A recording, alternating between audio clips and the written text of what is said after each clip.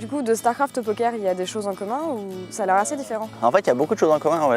Déjà, ce sont deux jeux, comme on appelle la formation incomplète. Tu vois, genre à StarCraft, tu as un Fog of War et donc tu vois jamais ce que ton adversaire fait vraiment. En fait. Donc il faut deviner un peu ce qu'il va faire pour pouvoir avoir un coup d'avance. Et c'est un peu la même chose au poker parce que tu vois jamais les cartes de ton adversaire jusqu'à la fin du coup. Donc il faut deviner ce qu'il peut avoir et en fonction de comment il a joué auparavant, tu vois, établir un peu des patterns. Mentalement, c'est assez difficile. C'est peut-être plus difficile le poker que StarCraft parce que la différence, c'est qu'il y a une part de hasard qui est plus grande au poker quand même. Il y a vraiment une méta, entre guillemets, dans le poker?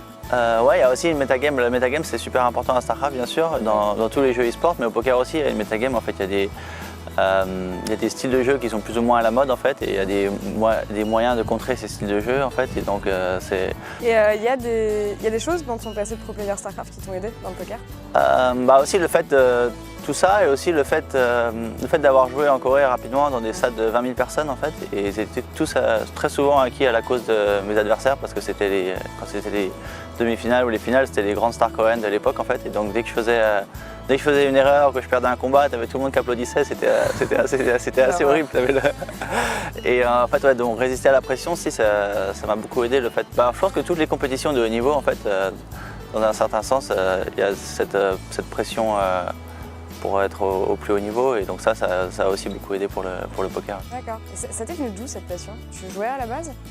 Non, en fait, j'ai toujours aimé prendre des risques, tu vois, j'ai toujours eu un peu le goût du risque, mais en fait, en 2003, il y a eu un amateur complet qui s'est qualifié pour 33 $ sur PokerStars, et il s'est qualifié pour les championnats du monde à 10 000 $. Il n'avait jamais joué dans un casino, il est allé là-bas, il a battu tous les meilleurs joueurs du monde, il a gagné 2 500 000 $. Et en fait, c'était en même temps que l'explosion du poker sur internet, tu vois, c'était un comptable qui avait presque jamais joué aussi.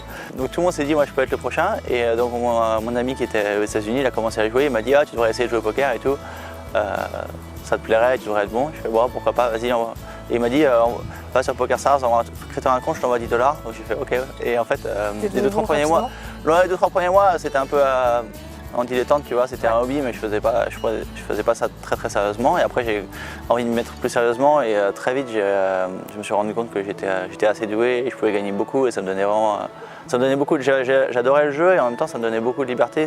La liberté que j'avais un peu perdue à cette époque à StarCraft parce que notre manager, il nous avait fait signer un contrat qu'on n'aimait pas trop. Et... T'as une particularité dans le jeu, des choses pour lesquelles t'es connu dans le poker? En fait, j'ai le record Guinness du plus grand nombre de tables jouées en 1 heure, donc j'ai joué 63 sit and go à l'époque. Et ça, aussi, mon passé de joueur de StarCraft, ça m'a beaucoup aidé aussi parce que je peux jouer genre 20-30 tables ou 63 tables en 1 heure là, en l'occurrence. Comment tu gères 63 tables en même temps en fait? 63 c'est très dur quand même. 20 ou 30 ça va à peu près, même si on perd un peu. Après plus t'en joues, en fait, plus tu perds en edge, en fait, tu joues beaucoup, tu joues quand même moins bien.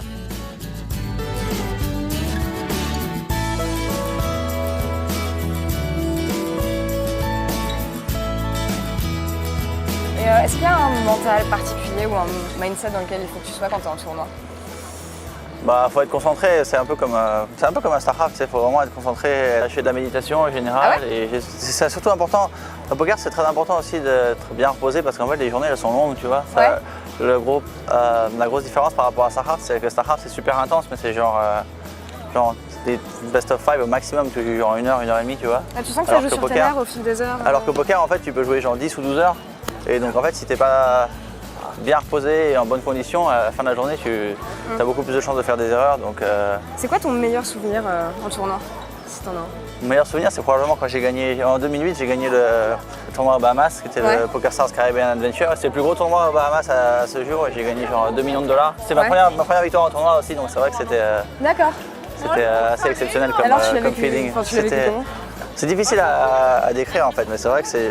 Sauf que j'ai fait plein de tournois et que tu sais que au poker c'est encore beaucoup plus rare de gagner parce qu'il y a genre 1100 joueurs, tu vois, et même si t'es le meilleur, t'as peut-être une chance sur 100 de gagner ou même pas, tu vois, donc le fait de gagner ce plus gros tournoi à ce moment-là, c'était vraiment le début de ma carrière, donc c'est difficile à expliquer ce que tu peux ressentir, mais c'est vraiment quelque chose d'exceptionnel, ouais. Et peut-être des objets que t'emmènes en tournoi, des porte-bonheur je suis pas très spécialement superstitieux en fait, mais j'aime bien le DJ américain Deadmau5. En fait, il a des petites figurines de souris, j'en ai une d'ailleurs là. Tu vois?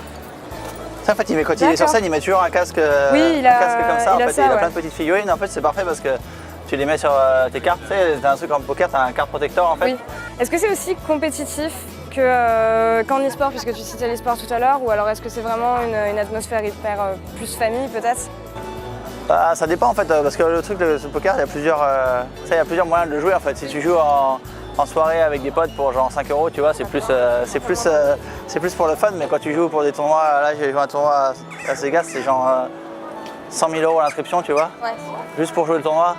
Et donc là, quand tout le monde met 100 000 €, en fait, ils sont quand même concentrés et c'est pas la fête, tu vois. Tu bouges souvent au final C'est quelque chose que t'aimes bien? Ouais, j'adore voyager, c'est sympa, franchement. C'est aussi pour ça que j'aime bien le poker, parce que ça donne l'opportunité de voyager, de découvrir plein d'endroits différents. Après, j'adore vraiment ça. Si tu veux te poser et faire ta vie, c'est peut-être un peu plus compliqué, non? Je sais pas quels sont tes objectifs. Tu peux jouer sur internet, pas ici, mais il y a plein d'endroits, il y a pas mal de joueurs qui jouent principalement sur internet. En fait, moi je fais les deux. T'as une préférence d'ailleurs de l'un par rapport à l'autre? Au début je préférais jouer sur internet, maintenant j'aime bien le live quand même. J'aime bien les deux en fait. Ça reste le même jeu même s'il y a pas mal de différences et j'aime bien alterner quand même.